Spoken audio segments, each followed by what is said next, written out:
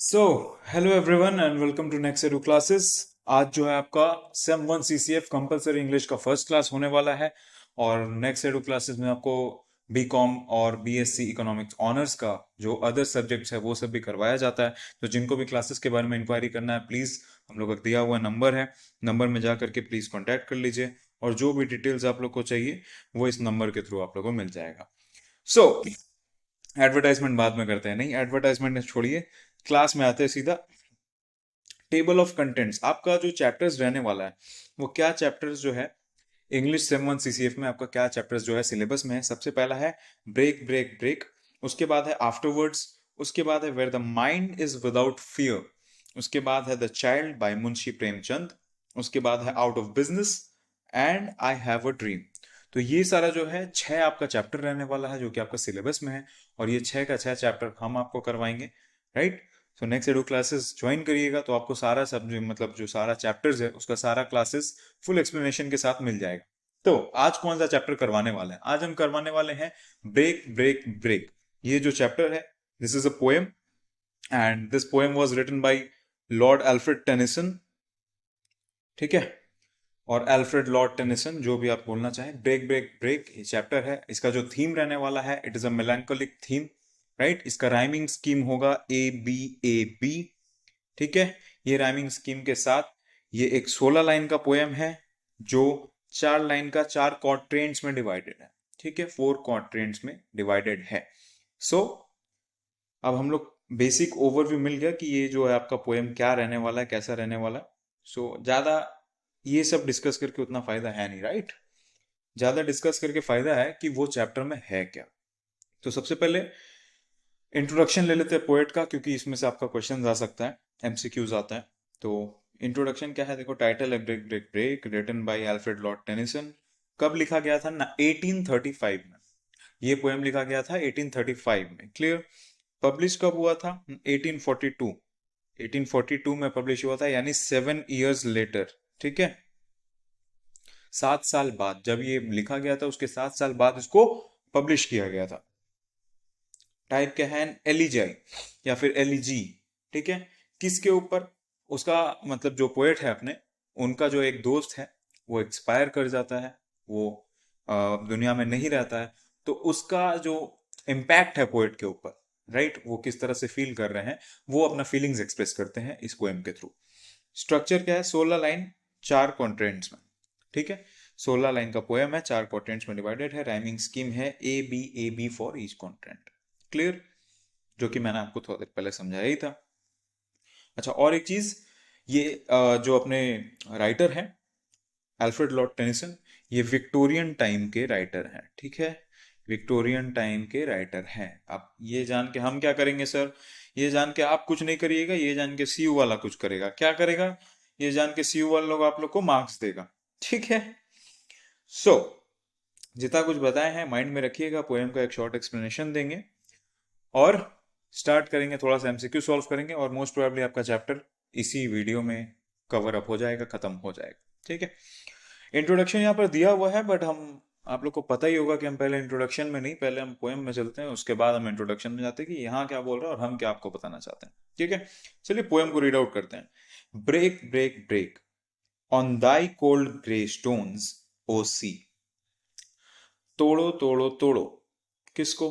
तोड़ो। ब्रेक का मतलब होता है, ठीक है, तोड़ना, ठीक है, या शैटर करना, राइट। किसको? कोल्ड ग्रे स्टोन्स, ठीक है। कोल्ड ग्रे स्टोन्स कहाँ का? सी का, जो सी शोर पे जो है स्टोन्स रहता है, ठीक है। सी शोर जो मतलब समुद्र का किनारा पे बहुत सारा स्टोन्स होता है ग्रे कलर का, मतलब पोएट उसको डिपिक्ट कर रहे हैं ग्रे कलर से, ठीक है। वो स्टोन्स को कौन तोड़ेगा? सी का जो वेव्स है, वेव्स जो आकर के टच कर रहा है शोर में, उन स्टोन्स को हिट कर रहा है, उनको एड्रेस कर रहे हैं पोएट। वो जो शोर का जो वेव्स है उनको एड्रेस कर रहे हैं। And I would that my tongue could utter the thoughts that arise in me. And I would that my tongue could utter, यानी कि पोएट बोल रहे हैं कि काश मैं बोल पाता, काश मेरा जुबान उन बातों को बोल पाता जो ख्याल, जो थॉट्स मेरे अंदर हैं। तो यहां पर पोएट किसको बोल रहे हैं? ये भी एड्रेसिंग सेम चल रहा है, वो सी और सी का जो वेव्स है उनको एड्रेस कर रहे हैं। क्या बोल रहे हैं? काश मैं भी वो बता पाता, मेरे जुबान वो लफ्ज बोल पाते जो मेरे मन के अंदर है। क्लियर? ये आपका 4 लाइंस पहला कंप्लीट होता है। तो बेसिक आपको समझ में यही आता है कि पहला जो 4 लाइंस है उसमें पोएट क्या करते हैं, पोएट सी को एड्रेस कर रहे हैं। क्लियर? क्या एड्रेस कर रहे हैं कि तुम जो है अपने जो किनारे पे पत्थर हैं उनसे आके टकराओ, उनको टुकड़ों में बिखेर दो। समझ में आया? उसके बाद क्या बोल रहे हैं, और काश मैं ये बता पाता जो भी ख्यालात मेरे अंदर में चल रहे हैं। ये आपका पहला 4 लाइन का मीनिंग निकल के आता है। क्लियर? चलिए आगे चलते हैं। O well for the fisherman's boy that he shouts with his sister at play. O well for the fisherman's boy. ठीक है, फिशरमैन का जो बेटा है, ठीक है, यानी फिशरमैन सेलर भी बोल सकते हो। ठीक है, मतलब जैसा क्वेश्चन आएगा उसके डिपेंडेंट आंसर देना। O well for the fisherman's boy, जो मछुआरे का बेटा है उसके लिए तो अच्छा है कि वो अपनी बहन के साथ शोरगुल मचा रहा है, यानी खेल कूद रहा है। ठीक है, चिल्ला रहा है, मतलब बच्चे आपस में खेलते हैं तो चिल्लाते ही है बहुत। ठीक है, ये बोला जा रहा है। O well for the sailor lad that is sings in his boat on the bay. ठीक है, O well for the sailor lad. Sailor lad का मतलब, लैड का मतलब होता है बॉय। क्लियर? सेलर मतलब नाविक, जो नौका लेकर के निकलते हैं सी पे, उनको सेलर बोलते हैं।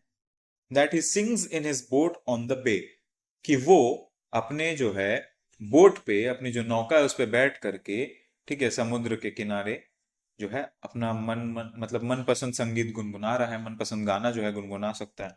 ठीक है, तो ये जो 2-4 लाइंस आपका है, इसका मीनिंग क्या निकल के आता है? अब पोएट जो है थोड़ा सा कंपैरिजन कर रहे हैं, थोड़ा सा जेलस फील कर रहे हैं। किससे जेलस फील कर रहे हैं? जो फिशरमैन का जो नाविक है उसके लड़के से, बेटे से, बच्चे से। ठीक है, वो well for the fisherman boy, कि उसके लिए तो अच्छा है कि वो अपनी बहन के संग खेल सकता है, चिल्ला सकता है, उसके संग घूम फिर सकता है। O well for the sailor lad, ये उस नाविक के लिए भी अच्छा है कि वो अपने बोट पे बैठ के अपना मनपसंद गाना गुनगुना सकता है। ठीक है, तो ये बात बोलने का मतलब क्या हुआ? ये बात बोलने का मतलब ये होता है कि वो जो है थोड़ा सा इन लोग से जेलस फील कर रहे हैं, या खुद का सिचुएशन से उन लोग को कंपेयर कर रहे हैं। ठीक है, एंड देखो अगला लाइन क्या बोल रहा है। अब ये 4 लाइन का जो मीनिंग है आपको अगला 4 लाइन में बहुत अच्छे से क्लियर होगा। देखो क्या बोल रहा है, and the stately ships go on. And the stately ships, यहां पर स्टेटली का मतलब बड़ा। ठीक है, मासिव या मैसिव। ठीक है, मैसिव होता है स्टेटली का मतलब। क्लियर? एंड द जो बड़े शिप हैं वो चलते रहते हैं, मतलब जाते हैं to their haven under the hill. अब हेवन का मतलब हेवन नहीं होता है। ठीक है, हेवन का मतलब होता है, कैसे बताऊं, पोर्ट जो बोलते हैं, मतलब जहां पर नौका जाकर के रुकता है, शेल्टर, शेल्टर। ठीक है, हेवन का मतलब बेसिकली शेल्टर होता है। हेवन का एक्चुअल मतलब है रेफ्यूजी सेंटर। ठीक है, रेफ्यूजी लोग जहां पर जाके रहते हैं, शेल्टर जो मिलता है उन लोग को, पोर्ट्स वगैरह पे रहते हैं, वो होता है। तो यहाँ पर जो हेवन है उसका मतलब है कि जहां पर उनको, उन लोग का जो शिप है वो लगेगा, वो पार्क होएगा। ठीक है, उधर की तरफ बढ़ते रहते हैं। Clear? But O for the touch of a vanished hand and the sound of a voice that is still. But oh for the touch of the vanished hand, मतलब यहाँ vanished का मतलब है disappeared। ठीक है, तो एक जो, मतलब एक हाथ था।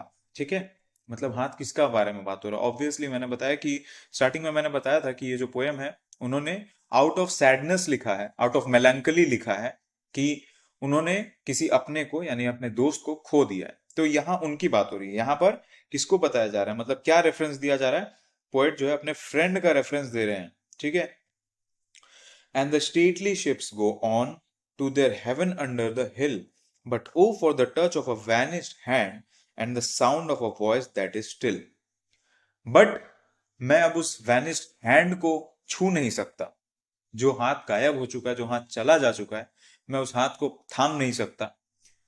And the sound of the voice that is still, और उस आवाज को मैं दोबारा सुन नहीं सकता क्योंकि वो थम चुका है। स्टिल का मतलब रुक जाना, थम जाना। समझ में आया? तो यहां पर अब आपको शायद ये 8 जो लाइंस हैं इनका मीनिंग बहुत क्लियर होगा कि वो क्यों जेलस हैं आगे जो बताया गया फिशरमैन्स बॉय या सेलर लैड से, या क्यों उनसे खुद को कंपेयर कर रहे हैं कि ये जो 2 लोग हैं, फिशरमैन्स बॉय और सेलर लैड, ये लोग अपना लाइफ एंजॉय कर सकते हैं। ठीक है, इन लोग के लिए जिंदगी चल रहा है। ये बच्चा अपने बहन के संग खेल कूद रहा है, ये जो आदमी है ये अपने बोट में बैठ के अपना मनपसंद गाना गुनगुना रहा है, और जो शिप्स हैं वो भी अपने शेल्टर की तरफ जा रही हैं।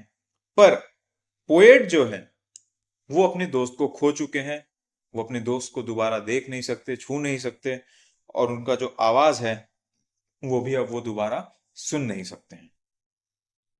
आई होप यहां तक सॉरी आई होप यहां तक आप लोग का जो मीनिंग है वो क्लियर हुआ होगा। एंड चलते हैं आगे का लाइन पे। अब यहां पर एक रिपीटेशन है जहां से पोएम स्टार्ट हुआ था। ब्रेक ब्रेक ब्रेक, तोड़ो तोड़ो तोड़ो, ठीक है, बिखेर दो। At the foot of thy crags O sea, crags का मतलब यहाँ पर वही चट्टानों का बात हो रहा है, छोटा जो चट्टान वगैरह है, मतलब रॉक्स वगैरह है, स्टोन्स है जो सी का शोर पे, उनका बात हो रहा है, ठीक है। But the tender grace of the day of a day that is dead will never come back to me, ठीक है। यहाँ पर क्या बोलने चाह रहे हैं, टेंडर ग्रेस का मतलब, ग्रेस का मतलब होता है स्मूथ, ठीक है, ग्रेस का मतलब होता है स्मूथनेस, या बेसिकली यहाँ पर जो मीनिंग है देखो, पहले नहीं बताया तो हम बता देते हैं। पोएम्स में जो वर्ड होता है उनका एक्चुअल मीनिंग अलग हो सकता है, बट पोएम में जिस तरह की सिचुएशन पे उनको यूज किया जाता है, जिस तरह के सिचुएशन के हिसाब से वर्ड्स को यूज किया जाता है, तो मीनिंग डिफर करता है। अब यहाँ पर हो सकता है मैं आपको कुछ मीनिंग बताऊंगा तो आपको लगेगा कि भाई ये बंदा गलत बता रहा है, ये सर गलत बता रहे हैं, भैया गलत बता रहे हैं, बट ऐसा नहीं है, ठीक है, मीनिंग कुछ और हो सकता है। बट पोएट ने जिस हिसाब से यहाँ पर प्रेजेंट किया या जो वर्ड को यहाँ पर डिपिक्ट करना चाहते हैं, मैं वही मीनिंग आपको समझा रहा हूँ। तो यहां पर tender grace of the day का मतलब जो हैप्पीनेस है, ठीक है, इजी हैप्पीनेस जिसको बोलते हैं, मतलब उनको खुश रहने के लिए एफर्ट नहीं देना पड़ता था, वो अपने दोस्त के संग जो मतलब टाइम स्पेंड करते थे, बातचीत करते थे, ठीक है, वो सब के लिए वो खुश थे। तो जो टेंडर ग्रेस था, जो हैप्पीनेस था उनके दिन का, एक जॉय था, वो अब मर चुका है, जा चुका, and will never come back to me, और अब वो उनके पास वापस नहीं आ सकता, यानी उनकी जो खुशी थी वो उनको लौटाई नहीं जा सकती। और इसी के साथ पोएम यहां पर एंड हो जाता है, ठीक है। तो पोएम एब्रप्टली एंड नहीं हुआ, पोएम अपना मीनिंग को एस्टेब्लिश करता है। देखो पोएम का पहला 4 लाइन में एस्टेब्लिश करते हैं कि सिचुएशन क्या है, मतलब पोएम कहाँ पर बेस्ड है, एक सी शोर है वहां पर पोएम बेस्ड है। वहां पर पोएट जो है क्या देखते हैं, एक फिशरमैन का बेटा अपनी बहन के संग खेल रहा है, एक सेलर जो है गाना गुनगुना रहा है, शिप्स जो है अपनी पोर्ट की तरफ जा रहे हैं या शेल्टर की तरफ जा रहे हैं, ठीक है। और ये सब देख करके उनको बहुत मतलब सैड फील होता है कि जिंदगी किसी के लिए भी रुकती नहीं है, राइट। आप एक ऐसा मोमेंट फेस कर सकते हो या एक ऐसा मोमेंट पे स्टक हो सकते हो जहां आपके लिए पूरा दुनिया, वक्त, सब कुछ थम सकता है, पर जो नेचर है, जो टाइम है, जो एनवायरनमेंट है, ये सब चीज किसी के लिए नहीं रुकता है, सब चीज अपने हिसाब से बढ़ता रहता है। क्लियर। तो ये बताने का चीज मतलब मतलब कोशिश किया गया, राइट। उसके बाद क्या होता है, उसके बाद वो बताते हैं कि इतना एस्टेब्लिश किए, इतना जो कंपैरिजन किया, अब वो बताते हैं कि वो इतना क्यों किया। अब वो एक्सप्लेनेशन रहता है कि उन्होंने अपने दोस्त को खो दिया, ठीक है, उन्होंने अपने दोस्त को खो दिया है। अब वो उनका वॉइस दोबारा नहीं सुन सकते, अब वो उनको देख नहीं सकते, ठीक है, उनको छू नहीं सकते, ठीक है, और उनका जो खुशी था वो जा चुका है, और अब उनके पास वो दोबारा कभी नहीं आएगा। सो ये मेरे अकॉर्डिंग जो मीनिंग था इस पोएम का, जो एक्सप्लेनेशन था, ये मैंने कर दिया। और अभी जो है हमारे नोट्स के हिसाब से हम लोग चलते हैं, थोड़ा सा इंट्रोडक्शन यहाँ पर क्या बोला है समझा देते हैं आप लोग को। तो इंट्रोडक्शन अबाउट द ऑथर, देखो ऑथर का इंट्रोडक्शन दिया है, और यहाँ पर इंट्रोडक्शन होना चाहिए प्रोबेबली, देखो अच्छा कंक्लूजन तो दिया हुआ, बेसिकली यही इंट्रोडक्शन होना चाहिए, ठीक है, सामने दो बात में तो कोई फर्क नहीं पड़ता, कंक्लूजन और इंट्रोडक्शन एक ही चीज होता है, पर इंट्रोडक्शन स्टार्ट होता है कुछ ऐसे पॉइंट से जहां पर सब कुछ रिवील नहीं किया जाता है, और कंक्लूजन एंड होता है कुछ ऐसे पॉइंट से जहां पर सब कुछ का मेन पॉइंट जो होता है वो रिवील किया जाता है, ठीक है। तो आप कंक्लूजन को भी एज ए इंट्रोडक्शन यूज कर सकते हो। एनीवेज, एक्सप्लेन करते क्या बोला है। Break break break is a poem full of sadness and deep emotions, ये एक पोएम है जो सैडनेस और डीप इमोशंस को दर्शाती है, ठीक है। The poet expresses his sorrow over losing a loved one, poet क्या है, ये अपना जो दुख है उसको जाहिर कर रहे हैं, किसी अपने को खोने का जो दुख है उसको जाहिर कर रहे हैं। While life continues for others he feel stuck in his grief, वो अपने गम में फंस चुके हैं, अटक चुके हैं, लेकिन दुनिया किसी के लिए नहीं रुकती है दोस्त, दुनिया अपने हिसाब से चलती रहती है। He realizes that no matter how much he wants, the beautiful moments of the past can never return. वो जितना भी कोशिश करे, जितना भी चाहे, जो समय बीत चुका है, जो लम्हा बीत चुका है, वो वापस दोहराया नहीं जा सकता. The poem uses the sea as a powerful symbol of endless flow of time and emotion. Sea का जो है एक बहुत ही स्ट्रॉन्ग सिंबलिज्म यूज किया गया है कि कंटिन्यूअस नेचर. ठीक है, सी में जो वेव्स आता है वो कंटिन्यू आते रहता है, रुकता नहीं है किसी के लिए भी. बीच में चट्टान आए, पहाड़ आए, आंधी तूफान आए, कुछ भी हो, सी मतलब सी जो है कभी शांत नहीं बैठता है. ठीक है, तो इससे क्या समझ में आता है कि endless flow of time and emotions. इसी के साथ आपका पोएम का जो एक्सप्लेनेशन है ये खत्म होता है और अब हम लोग एमसीक्यू जो है स्टार्ट करेंगे. ठीक है, चलिए एमसीक्यू स्टार्ट करते हैं. और एमसीक्यू में देखिए, हम चैप्टर जिस हिसाब से एक्सप्लेन कर दिए हैं, आप लोग को बहुत ज्यादा एक्सप्लेनेशन का जरूरत पड़ना नहीं चाहिए, खुद से भी पढ़ लीजिएगा एक बार तो हो जाएगा, बट हम अपनी साइड से करवा देते हैं फॉर बेटर साइड. और क्या, ठीक है. चलिए, पहला question, who is the poet of the poem break break break. सबसे पहला क्वेश्चन सबसे पहले ही बताए थे, अल्फ्रेड लॉर्ड टेनिसन. ये है आपका answer C. Tennyson belongs to which of the following historical ages. Victorian age. ठीक है, टेनिसन विक्टोरियन एज से बिलोंग करते थे. आपको सारा ऑप्शन देखने का जरूरत ही नहीं है. देखो क्यों नहीं है, देखो जहां पर डाउट होता है या जहां पर सिमिलैरिटी ऑफ आंसर्स है वहां देखो, लेकिन अगर आप सही से पढ़ रहे हो, मेरे हिसाब से सारा ऑप्शन देखने का जरूरत नहीं है. Be confident in your answers. ठीक है. When was Alfred Lord Tennyson born? ठीक है, 1809. अब देखो मैं इस पे श्योर नहीं था, ठीक है, लेकिन क्यों मैंने बताया, क्योंकि मैंने पहले बताया था आपको. ठीक है, चैप्टर के स्टार्टिंग में ही बता दिया था, इसलिए. Where was Alfred Lord Tennyson born? ये चीज कहाँ दिया हुआ था, इंट्रोडक्शन अबाउट द पोएट में दिया हुआ था. ठीक है, इंग्लैंड में था, मेरे को पता है. इंग्लैंड का यहाँ पर दो ऑप्शन है, लंदन तो नहीं है. ठीक है, Lincolnshire, England. When did the poet Alfred Tennyson die? 1892. 1892. Whom does Tennyson commemorate in the poem Break Break Break? Commemorate मतलब याद करने का जो बात होता है. ठीक है, मेमोराइज मतलब याद करना बेसिकली, और कुछ नहीं. ठीक है, whom does Tennyson commemorate in the poem? अपने जो दोस्त थे उनको. ठीक है, Arthur Henry Hallam. In which year did the friend of the poet die? 1833. 1833 में. When was the poem Triple Break composed? 1835 में composed हुआ था, और जैसा कि हम बताए उसके 7 साल बाद 1842 में ये पब्लिश हुआ था. ठीक है, तो यहाँ पर 42 लिख के मत आना, रिटन और कंपोज डिफरेंस होता है. ठीक है, सॉरी, कंपोज्ड और पब्लिश डिफरेंस होता है. ठीक है.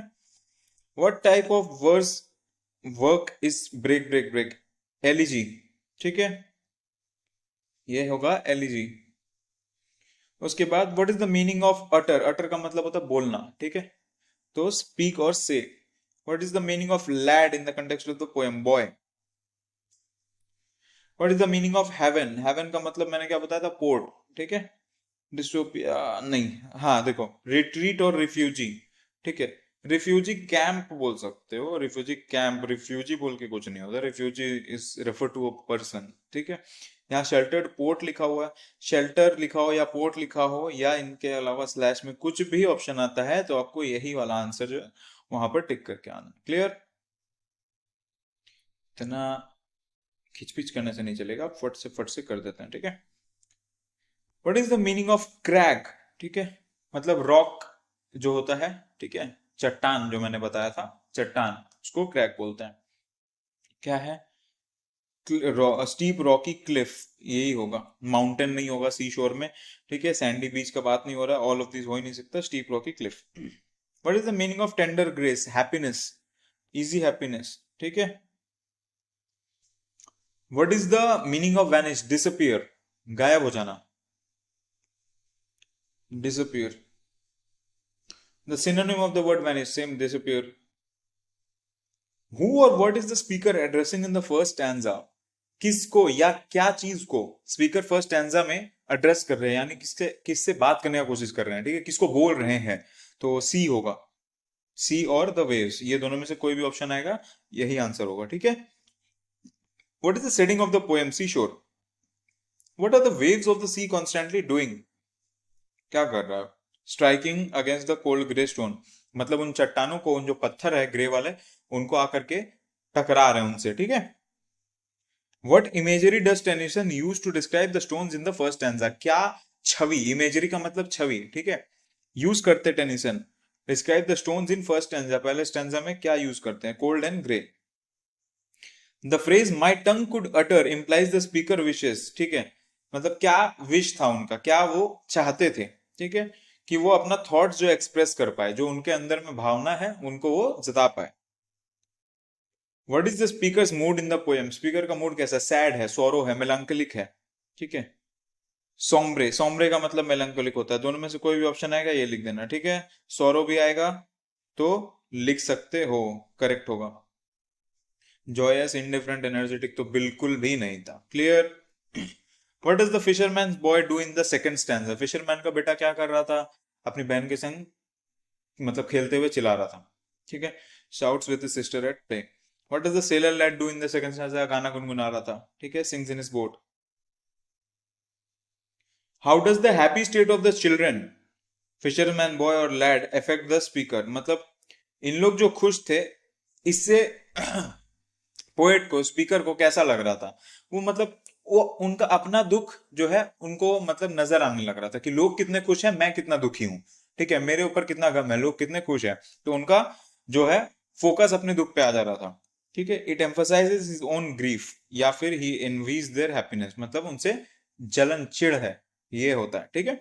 एम्फसाइज का मतलब होता है फोकस करना किसी चीज को, मतलब क्या बोलूं मैं, स्ट्रेस दे करके मतलब उस चीज को बताना।